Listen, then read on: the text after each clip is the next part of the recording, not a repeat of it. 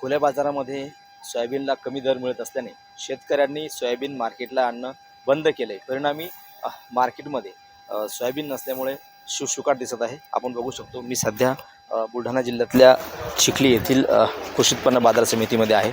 मोजकाच जो माल आहे तो शेतकऱ्यांनी या ठिकाणी आणलेला आहे.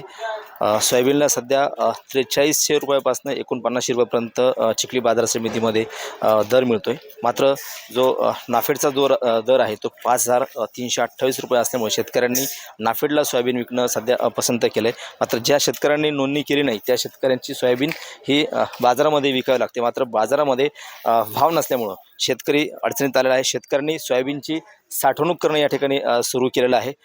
हे जे शेतकरी जे पाहिलेले आपण, या शेतकऱ्यांनी बाजार समितीमध्ये आपला जो सोयाबीन माल आहे तो विक्रीसाठी आणलेला आहे. मात्र बाजारामध्ये योग्य दर मिळत नसल्यामुळे शेतकऱ्यांची अडचण होते.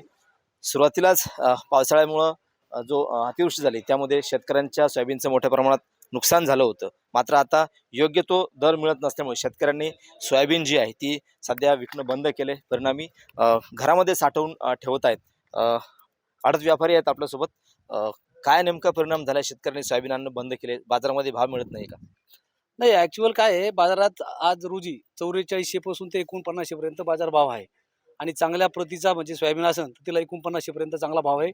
आणि आज रोजी ही सुद्धा कास्तकार लोक हे बाजाराला पसंती का करतात, कारण इथं आल्यानंतर त्यांचं चोख माफ होतं आणि त्यांना जास्तीत जास्त हराशी झाल्यानंतर अर्ध्या घंट्याच्या आत नगदी पैसे मिळतात. त्यामुळे कास्तकार सुद्धा आज रोजी बाजार समितीत माल विकण्यास इच्छुक आहेत.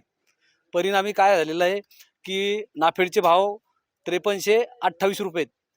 आणि या ठिकाणी आज रोजी उच्चात उच्चा 4900 सव्वा 4900 पर्यंत सोयाबीन विकलेलं आहे. आणि लो प्रतीचं सोयाबीन हे 4400 पर्यंत विकलेलं आहे. ते नाफेड अजिबात त्या ठिकाणी माल घेत नाही. असं सोयाबीन बाजारात इथं 4400 ते 4900 विकलेलं आहे. आवक कशा पद्धतीची बाजारामध्ये? हा, एकंदरीत आवक ही सुस्त प्रमाणात आहे सध्या, कारण कास्तकार लोक त्या ठिकाणी या भावात माल विकण्यात इच्छुक नाही आहे. बरोबर आहे. सध्या बाजारामध्ये योग्य तो दर मिळत नाही आहे सोयाबीनला, त्यामुळे शेतकऱ्यांनी जो माल आहे त्यांचा तो घरीच ठेवणं पसंत केलं आहे. काका काय सांगा, बाजारात भाव मिळतो का योग्य तुम्हाला? बाजारात भाव तर मिळतच नाही. पण आता नाफेडमध्ये बी तीच कंडिशन आहे. कारण जर तिथं आपण 70 पोते नेले त्यातले 20 पोते 25 पोते 30 पोते वापस आणावं लागतात.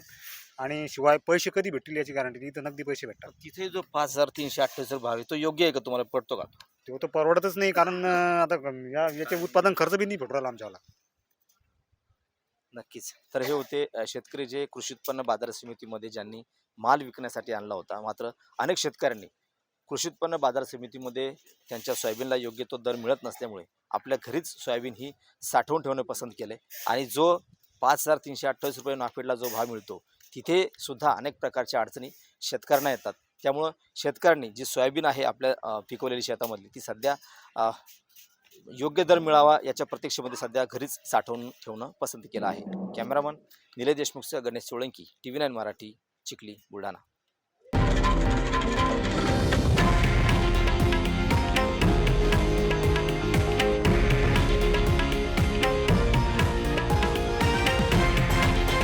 हे आहे देशातील नंबर 1 न्यूज नेटवर्क आणि आपण पाहत आहात TV9 मराठी, एकमेव.